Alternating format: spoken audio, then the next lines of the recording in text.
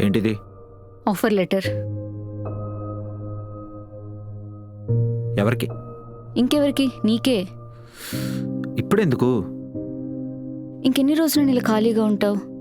అయినా నా ఒక్కదాని సాలరీతో చాలా ఇబ్బందిగా ఉంది. అందుకే ధీరజ్తో మాట్లాడి మా ఆఫీస్లోనే జాబ్ ఇప్పించాను.